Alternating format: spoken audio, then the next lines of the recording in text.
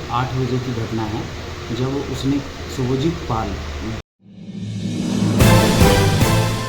जिनके पिता का नाम विश्वजीत पाल है और उलुबेरिया का रहने वाला लड़का है वहाँ का। वहाँ पे जगदीशपुर करके गांव पड़ता है, वहीं का रहने वाला लड़का है। तो ये घटना सुबह 8 बजे की है, जब उसने सेंटर से सारा लूटपाट करके और नीचे होटल के गार्ड को, इस बिल्डिंग के गार्ड को चाबी सेंटर का दे करके फरार हो जाता है और उसके बाद अपना फ़ोन स्विच ऑफ कर देता है। तो ये कितने दिन से वो स्टाफ आपके काम कर रहा था? ये स्टाफ लगभग हमारे पास 23 अप्रैल 2024 से काम कर रहा था, लगभग 2.5 महीने से हमारे पास कार्य कर रहा था। कितने दिन से आपको कब पता चला और वो कितने दिन से यहाँ पे नहीं है धनबाद में?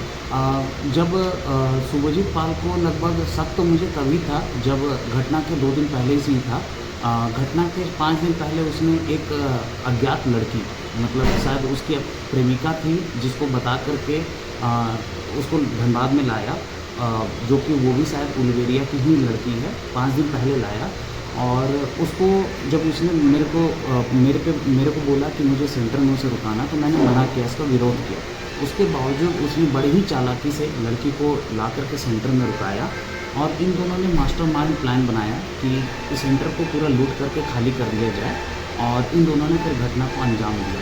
तो मुझे जब इसने अंजाम दिया, तो क्योंकि यहाँ पर हमारे यहाँ हेयर पैच, हेयर विक्स का काम होता है, तो हमने जब क्लाइंट ने कॉल किया काम के लिए, जब हमने उससे संपर्क करने की कोशिश की, उसने अपना फ़ोन बंद कर दिया।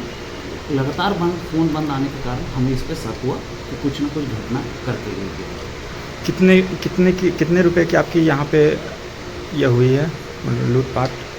लूटपाट यहाँ पर लगभग जो हमने जितना अनुमान लगाया है, लगभग 5,70,000 का आया है, जिसमें कि 2.5 लाख का मेंस का पैचेस था, लगभग 2 लाख का लेडीज़ का माल इसमें उठा के लेगा और लगभग 30 से 40 हज़ार का आपका ग्लू टेप वगैरह उठा के लेगा। इस लाइन में ग्लू टेप वगैरह काफ़ी महंगे आते हैं, जो कि क्लाइंट को पैच लगाने में मदद होता है। उसने सारा पूरा दुकान को ही खाली करके ले गया, लगभग 5,70,000 की उसने लूटपाट की। सुनने में आया कुछ कैश?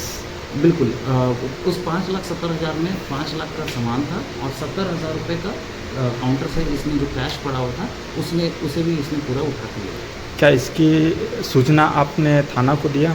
हाँ, इसका फिर जैसे ही जब हमने उस पर काफ़ी संपर्क करने की कोशिश किया और एक दिन तक हमने उससे हर माध्यम से उसे समझाने की कोशिश किया, बट संपर्क नहीं होने के कारण हमने हार करके थाना को जा करके इस पर FIR दर्ज किया चोरी का।